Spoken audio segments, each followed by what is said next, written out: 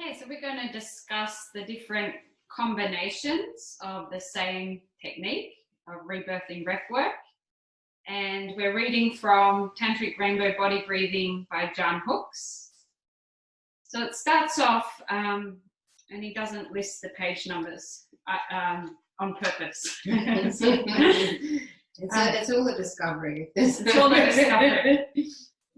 So we'll start off by going through the techniques, the methodology of connected breath. So number one is the breath is connected, which I know you all know by now.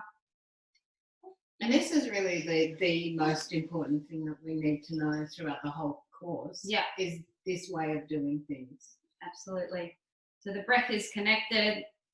The inhale merges with the exhale, and the exhale merges into the inhale with no pauses and no restriction of breath.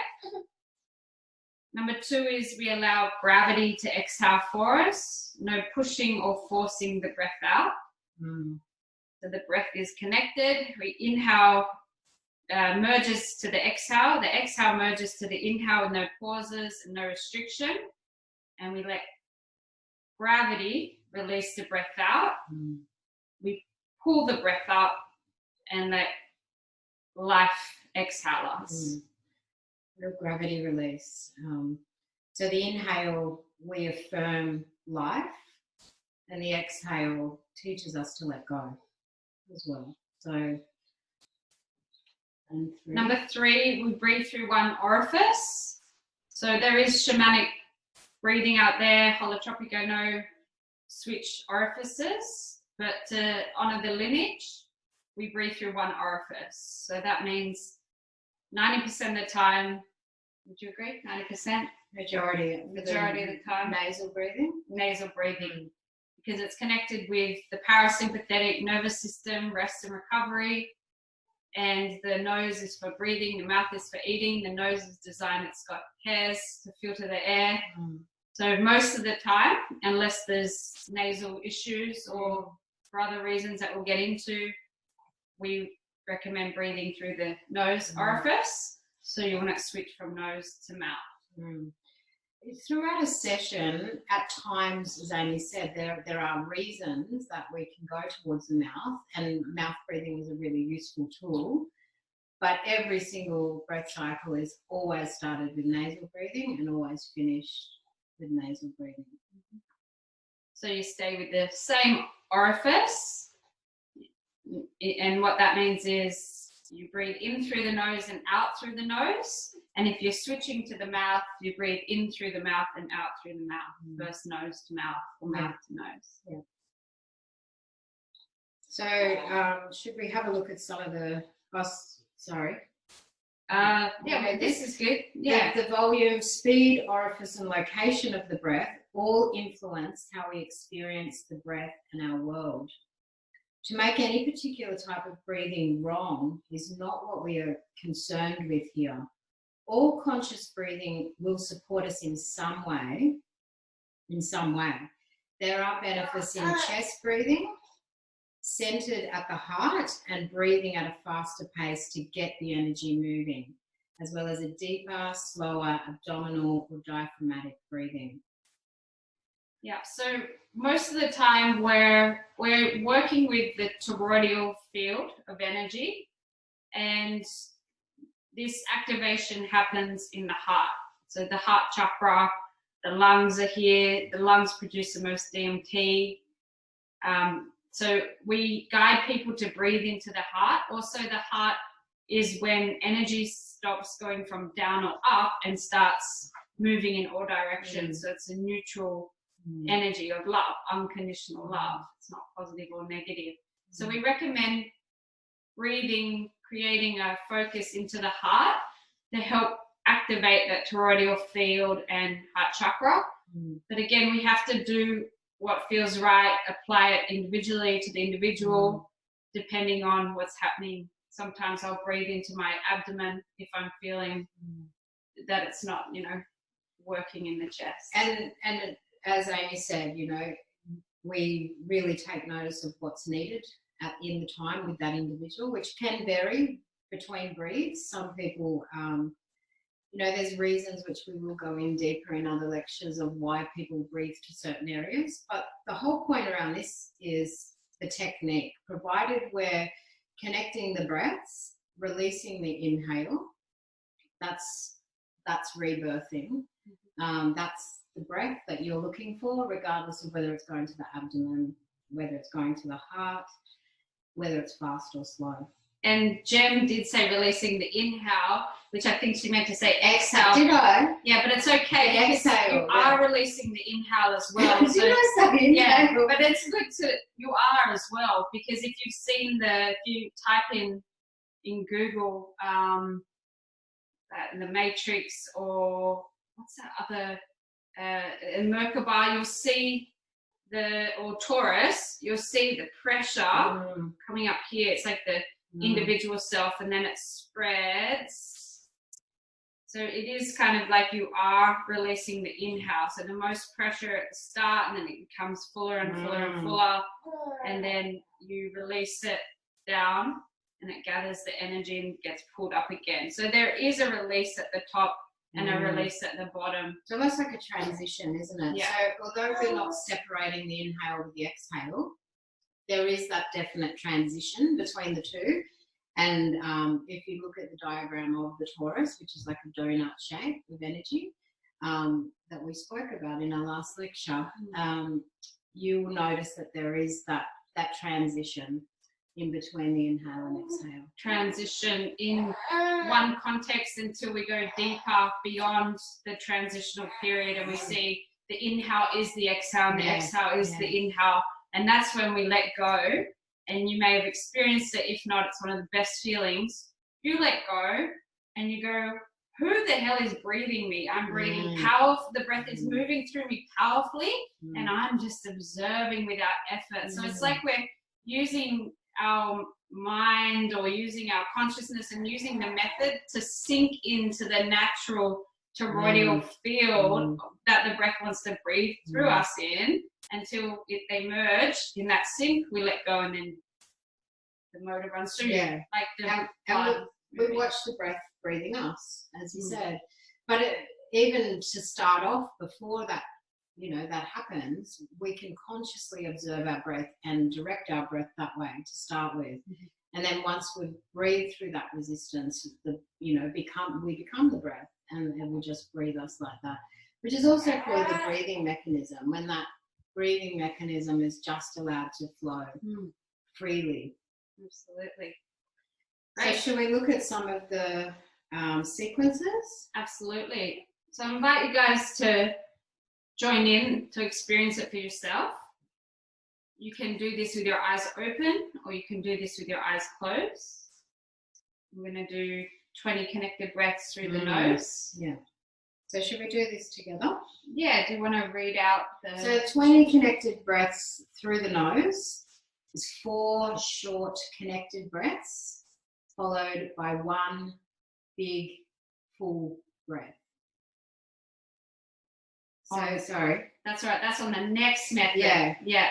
Do you want to let's do that one. Okay, yeah, so let's start with that one. So we'll do 4 short breaths connected, and 1 full and deep one, and we do that 4 sets of that, so that comes to 20. Okay. Do you want to show us, Amy? Sure.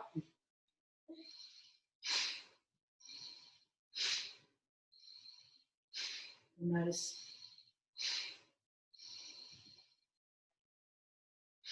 See how those breaths are completely staying connected. She's not forcing the exhale, just releasing it.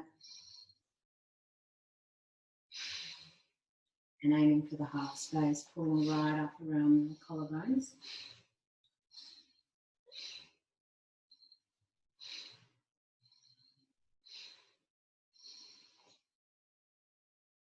The beauty of this technique too is you'll see it only takes a few minutes to do 20 connected breaths.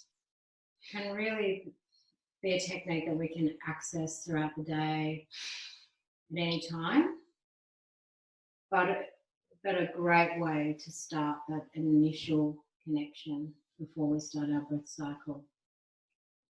How are you feeling, Anne? It doesn't take many. It really doesn't take many to really just activate everything within your body. You feeling sensations? Your body? Yeah. Excellent. Okay, so that's one version of 20 connected breaths. We do also have 20 connected breaths all through the mouth. Let's do that. So the same technique, again, as Amy said, completely different, only ever used all mouth or all nasal. So if you drop your jaw, Amy. So when we do open mouth breathing, first thing we want to do is completely drop our jaw as loose as we possibly can. So there's no holding through the jaw. And if you can start, Amy, the 20 connected breaths, same technique, short and fast breath, followed by one full deep. Notice there's no pausing.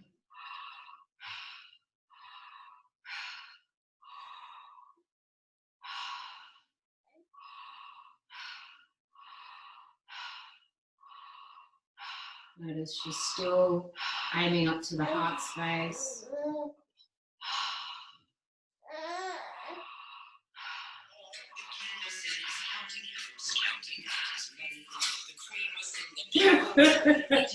It brings music to you. Beautiful.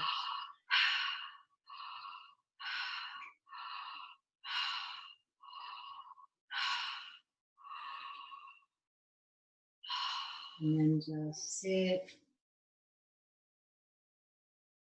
feeling. It's really great also with, as time goes on, experiencing all the different ways of using the connected breath, just noticing how it feels in your body. Experience is the best way to find out what parts of the body feel activated, how you're feeling activated, and maybe we can go on with the next one. I'm happy to do a couple. Sure. Jem's going to do nose breathing with mouth relaxed open. And this technique stimulates intuition and can combine the benefits of the first two breaths. It helps process emotions and sensations swiftly. John Hook's right. So again, mouth loose, but instead of going for the mouth, I'm breathing all through the nostrils. And what's the breath? Just whatever you want. 20 breathing. 20 breaths, 20 connected breaths.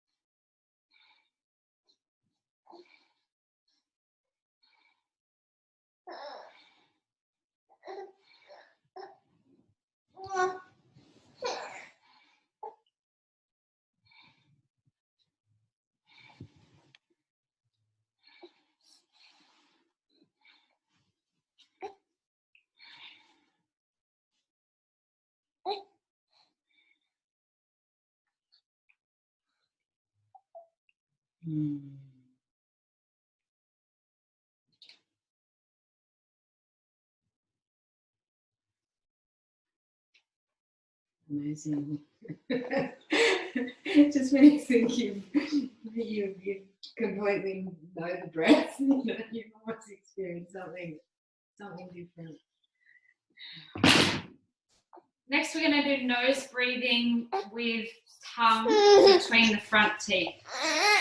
We might ask Kim to come in. Can I get Kim to experiment on that? Yeah. Do you want to? Yeah.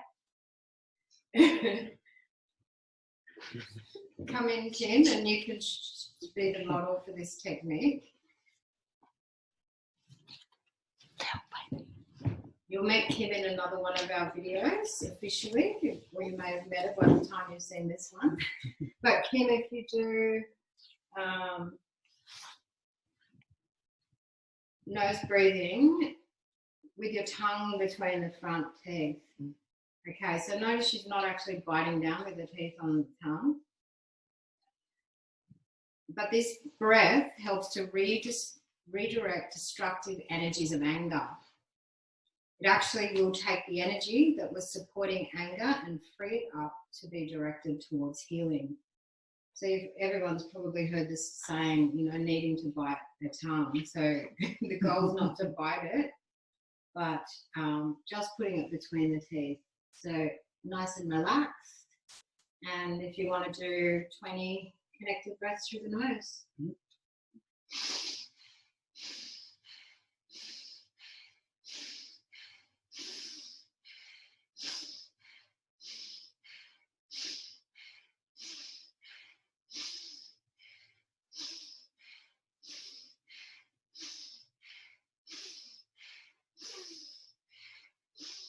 Notice she's softening the exhale, just allowing it.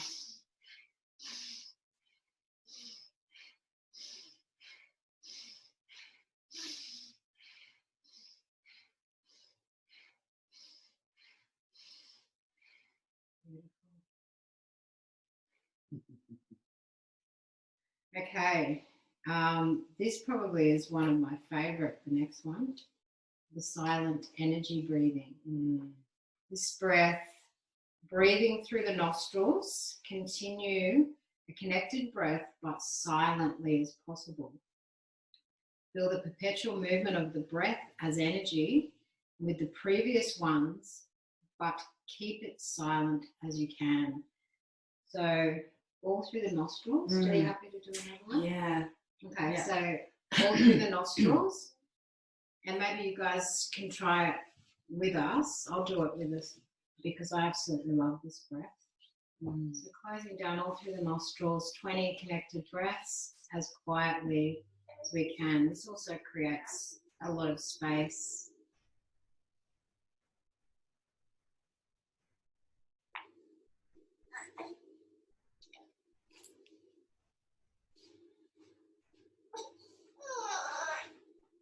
If you actually watch Kim's body, although I can't hear her breathe, I can still see that she's taking the same depth of breath with her chest.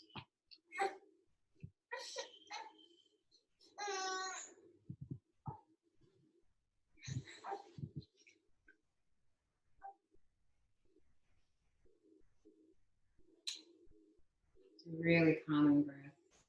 Another great one, a standalone breath you can use throughout the day.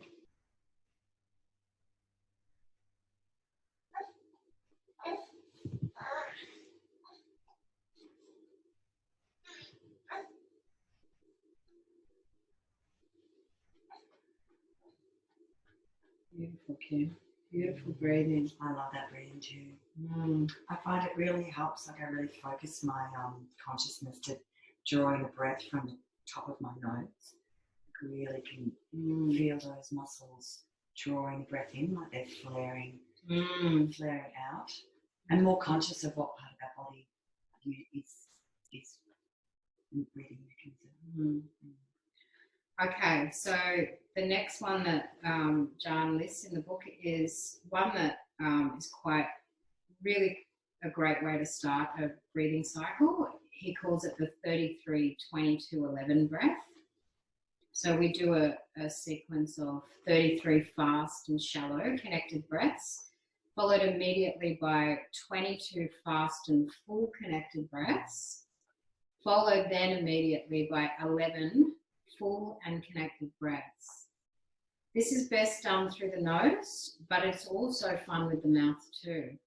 Fast and shallow connected breathing helps relieve pain and discomfort.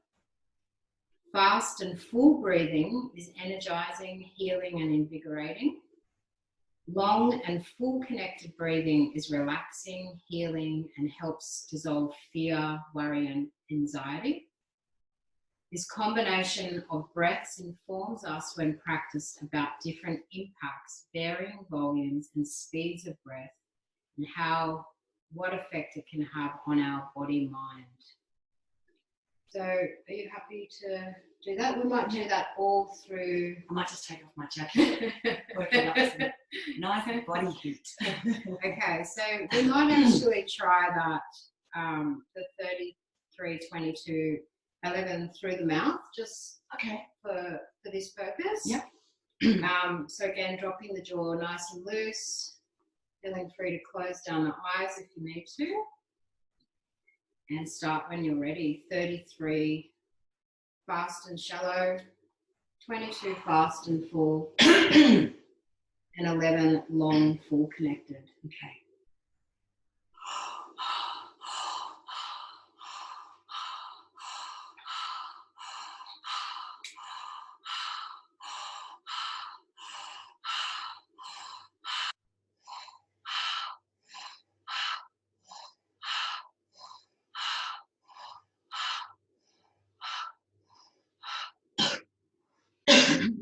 Excuse me, can get a bit of a dry throat.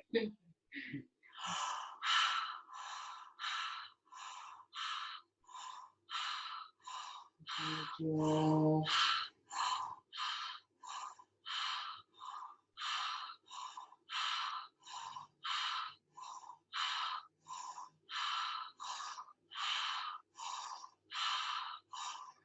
Although she's counting in the mind, the breath is really taking her completely out of thought.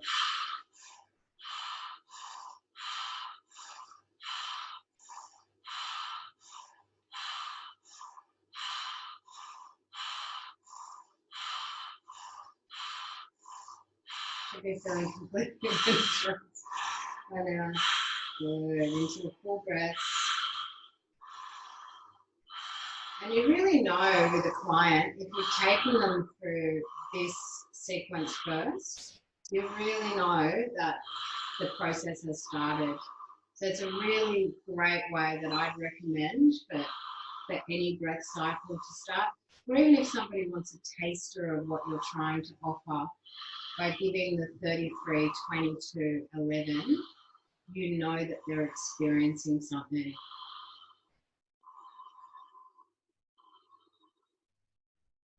You can see on the face, stay there, that's all right. You can see that there's bliss. Keeping your eyes closed. Kim, is there any sensation you want to share that you're feeling from that? I can feel energy through my whole body, tingling, buzzing, and my breath actually wants to keep breathing itself. Like my body just automatically wants to keep breathing connected. Or it's gone into automatic breathing mechanism already. I feel really open in the heart space. Like I feel already my whole chest like just is going into a much natural posture. I feel totally relaxed in my whole body. I can feel all my chakra centers like really open, and I really just want to keep breathing. To be honest. Thank you so much You're for welcome. being the breathing model. Thank you. Thank you.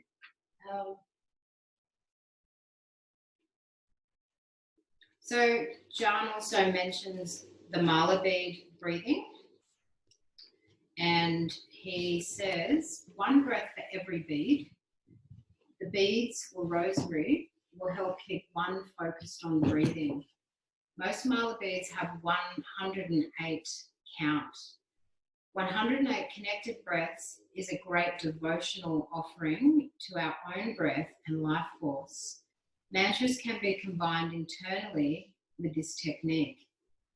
The way we breathe can reveal to us things we may be unconscious of. Observing our breathing patterns and habits can provide insight into hidden realms of ourself. A gentle, inspired inhale is efficient. Treating our breathing mechanism gentle helps it relax so the lungs and the chest can expand more.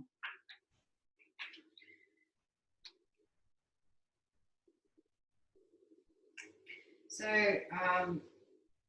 there's the next page in your book, you'll find that he has a few interpretations of what you may notice during a breathing session.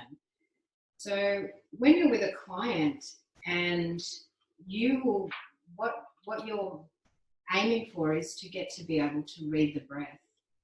And so by observing how people are breathing, where they're dropping out, how they're dropping out, the next page will show you a few indications. And the great thing about that is, yes, there is a mental aspect of this course that works on the psychology of the mind and processing. But once we start to really become breath practitioners, literally, we can use the rhythm of the breath to understand the trauma they've had, the mental state of the mind. And that's beautiful because it brings us so intuitive to see the breath and work out the mind through the breath itself. And it becomes a great journey to just sit and watch their breath and work out what's going on for them. Yeah. And we learn to do that with ourselves too when we self-regulate. So we're able to notice when a thought or pattern may arise for us, we can begin to observe what our breath does in that moment, that belief system, or if there's any resistance to allowing that to let go from our lives. We can always see it in our breath. Absolutely. Forced inhale. So do you want to demonstrate a forced inhale, Jen? Yeah. Struggle to survive, scarcity, not enough, trying to prove ourselves. A weak inhale. Disconnection from life. As Jem said, the inhale is the life urge. So disconnection from inspiring, the inspiration, from breathing in life force, staying in comfort zone, and avoidance of emotions. A restricted exhale. Very common one, I find. And this is a fear of death, clinging, scarcity, fear of losing control, and resistance of emotions. Forced exhale. You can sometimes see it in people blow if their mouth's open, like, or yeah. Forced exhale is forcing and pushing away the past, fear of feeling guilt, undeserving, rejecting, regrets, making things wrong. And control in general, isn't it? It's trying to control rather than allowing. Yeah. Pausing after inhale. Fear of death, hesitation in letting go, feeling unsafe, scarcity. Pausing after exhale.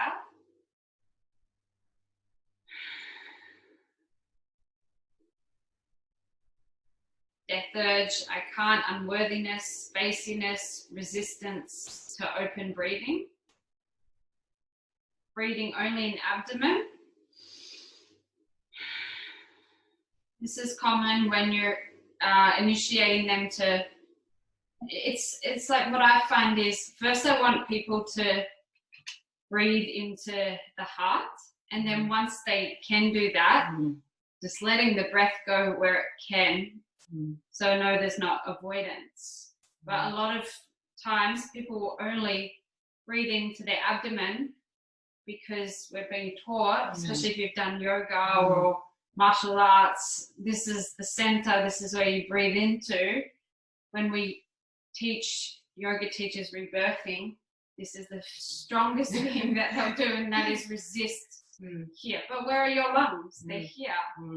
So this is, and there's so many other, the heart is 5,000 times more powerful magnetically than any other centers in the body.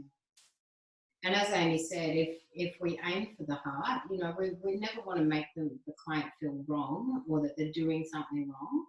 So we gently redirect to the heart, but, you know, obviously you're going to see some movement with the abdomen as well and the diaphragm. However, we just, you know, that's where we're aiming for. It is all a process. Yeah, and the belly is the Manipura chakra, so this is still the sense of power and ego in a way where the heart, as I said before, is an unconditional energy which aligns with what we're teaching with the toroidal field. And also too, and especially as Amy said, I've seen a lot with people who are trained in yoga or other breathing practices. They'll go to what they've been trained to. So it's another indication of a form of control, not trusting this breath. So yes, some of those breaths have other purposes, but during this practice, this is the type of breath that we encourage people. Well, that is the teaching of this practice, but you know, we allow for them to work towards that breath. Absolutely. So breathing in abdomen only, retaining emotions, controlling problem, getting in tune with emotions of the heart. Breathing only in chest, stuck in emotions, lacking strength to deal with them, and not centered. Then there's tense throat noise. And again, if you've practiced yoga, a lot of yoga practitioners will go into Ujjayi breath. And a lot of people who haven't done yoga will go into throat due to resentment, shame, and depression of the unbalanced throat chakra. So down the bottom here, braid. This is fantastic. This book's called Tantric Rainbow Body Breathing, as the methods of Tantra really explain the rebirthing breath work so well. So 1, we breathe. 2, we relax. 3, there's awareness. 4, integration.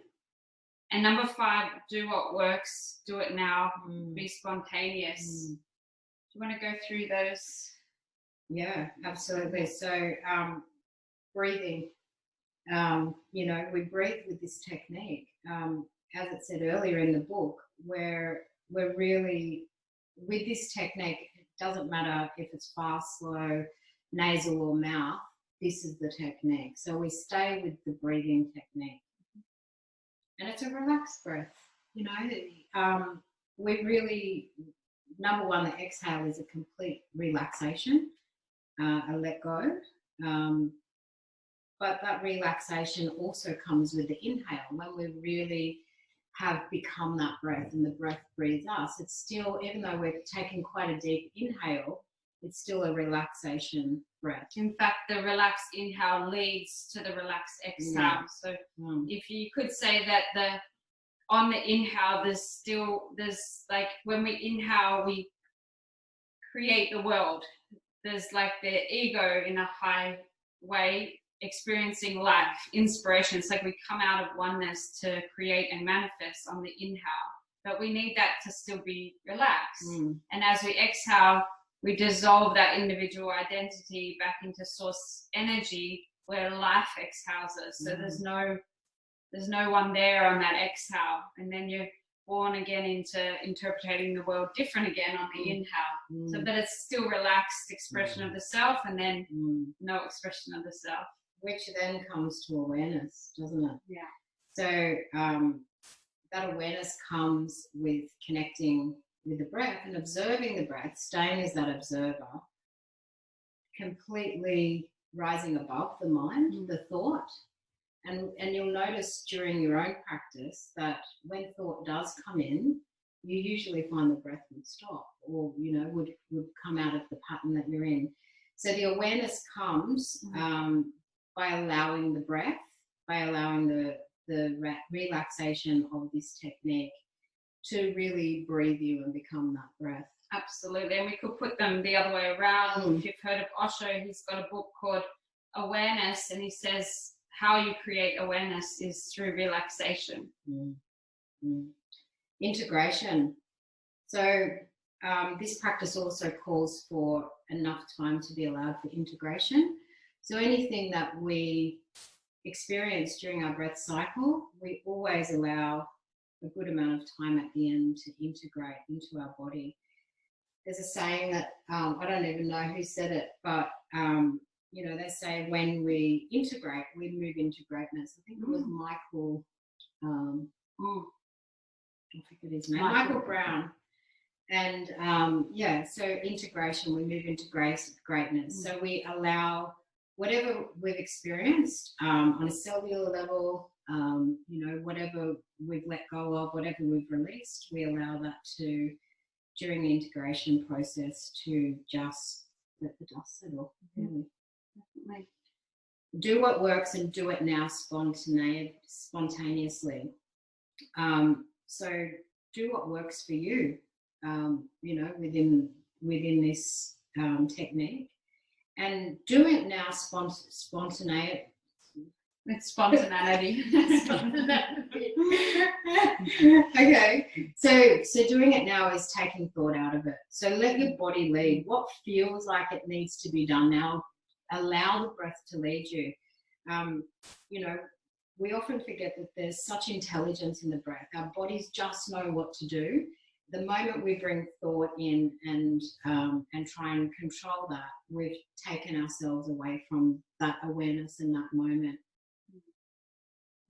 So act on that. If your body feels like doing, moving to a slightly faster speed or a slightly deeper breath, trust that the breath knows where it's taking you. Yeah. I hear people often say in a breathwork session, I directed the breath into this chakra, or I directed the breath into my knee, or and so that's still coming from the mind dominating the session. And even though that's fun to play with, and you can totally play with it, it's not a rebirthing breathwork session. It's playing with connected breath, because there's still the I directing. So we want to get to a point where it's not even like, I had the greatest experience, or I got so deep, or I could feel the breath. We become the breath, and that's the goal of it, is to understand who we are beyond that, the individual concept of the mind. And taking that expectation away is so important, and just being in that moment. When we're breathing and we're observing our breath, we're completely in the moment. The moment we think about directing to a sore knee, then we've completely lost the purpose of this practice. So it is about trusting the breath to some degree at first, but then experience will show you after a certain amount of sessions that it's experience that you trust. You know that the breath, regardless of what you're directly experiencing, it can be quite subtle but profound with the healing benefits that you'll see and feel afterwards. Absolutely, because this breath is magical. It is prana. It is life force. It can, quote unquote me, heal any disease and heal any calcification. But we're not aiming for the fruits of the practice. Really, I believe this practice is for us to realize our divinity, to realize who we are as source energy. And playing with the breath, getting the fruits of the practice is just a play, but we don't want to stop there, and we keep going until we come into a state that can't be explained. Maybe white light, maybe everything and nothing simultaneously happening. That source energy. Once we've been in that place and understand it as an existential experience versus just knowledge, that's the healer of all problems. And we no longer wish to take in love when we realize that we are love. And so, as Amy said, we're just really realigning ourselves with the truth of who we are, that life force that runs through us all as part of everything, part of the collective that we are an expression of. Realigning ourselves with that truth is probably a way to dissolve a lot of things. It really breaks down the story that the mind brings us with our conditioning. Absolutely. So is that it for this? Yes. Okay, Yes. so we'll see you guys soon.